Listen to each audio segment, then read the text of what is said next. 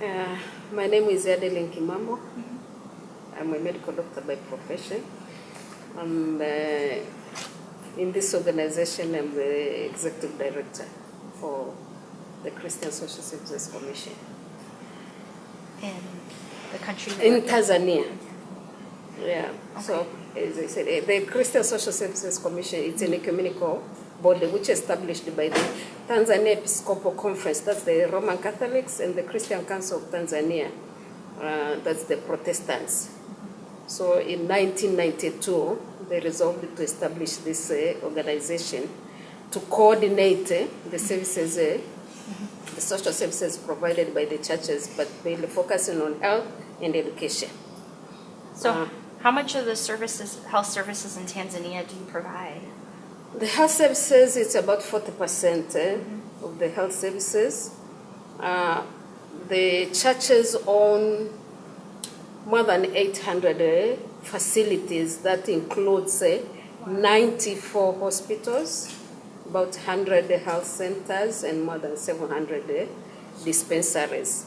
And this is from the tertiary level, that's the referral and teaching hospitals. And we have about 33 designated district hospitals. Our health system is in Tanzania is the tier system. So at the primary level, it's at the district level. So there's a district hospital which is serving a district. And where there's no government facility, the church hospitals are designated. So they operate like government hospitals. These are the 33 designated council or district hospitals. So you said earlier that faith-based groups provide about 40% of the health services in Tanzania. Mm-hmm. So how many people are they serving? The services are countrywide, okay, so it's the whole country. Okay. So we have these facilities in all regions, almost all regions. There's a faith-based facility, and the facilities are serving. There's no discrimination. It's all. So it's serving all. So if it's a facility, it doesn't discriminate. It's everybody can use those services, and that's why the government gives grants. They subsidize the services which are provided so that it's for all. Can you tell me a little bit about your family planning services or programs that you provide? Yeah, as I said, that the Christian social services, the churches have been working with the government, so the churches are participating in all national programs. So the faith-based facilities are providing the whole package of the family planning. So they are participating in family planning programs, maternal and child health services. So it's both giving the services, but also in the education, providing education, providing outreach services. So we participate in the national programs, the family planning. Do people in the churches that you work with support family planning? Sorry? Do they support family planning, the people in the churches? Yes, they do support that. Of course, the Roman Catholics, they promote more on the, what do you call that, natural methods. But our facilities will provide all the pills, all the whole range of family planning methods. They are provided. So we educate people on these systems. Who teaches those messages at the church? Is it pastors or priests, or is it women? In the churches, is that it's the groups which are, because in the churches you have women groups, and so there are people who can do that. So in fact, with some of the programs, that's where we are trying to develop sermon guides.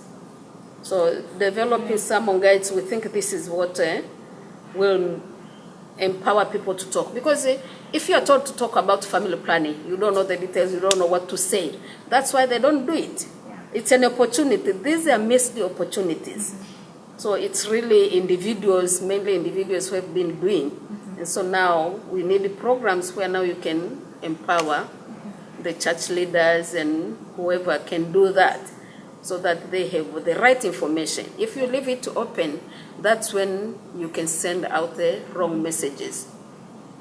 So that's why we are not really telling them exactly to say what to do, unless you have prepared messages which they can use, so that they don't give the wrong message. Because if you just said, talk about it. I remember when we were talking about HIV, and then somebody will say, I mean, they have not been prepared what to say. So they will go and say that the condoms is like a killer or what. But they have talked about it. You cannot blame them, because you said, talk about condoms. And they have said something about condoms, but it was not the right thing. So we think that that's why we need programs to empower the church leaders to be comfortable to talk about these issues. I usually use the example that it's like in a football pitch. Yeah. We cannot all be goalkeepers, or you cannot be on the right, the four, or whatever. Yeah. So you need to know how to work together. This is a goalkeeper, will play the role. You are a front right now, whatever. You have to play their role. And that's why the preparing of them, so that you can play your position. But if we are all goalkeepers, it won't work.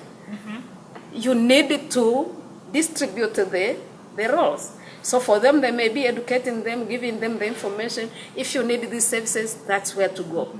Don't ask me about condoms, but you can go to the right person. So it's how do we work as a team. That's a good example. To do that. Yeah. So this is what we think. Is that because if you tell them to promote condoms or to do something, they will not do it, because it's against their belief. But if you tell them, no, you can give this information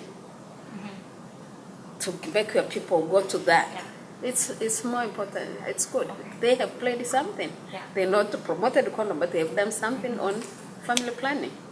Even talking that family planning is important. That's something. Without even talking about the pill or whatever, but you need family planning. Yes. If you want to do it, you can go to the government facility, you can go to the health worker, you can go to this person. In the congregation, you can say, we have this expert, you can get more information. But at least you have made the people see the importance of family planning.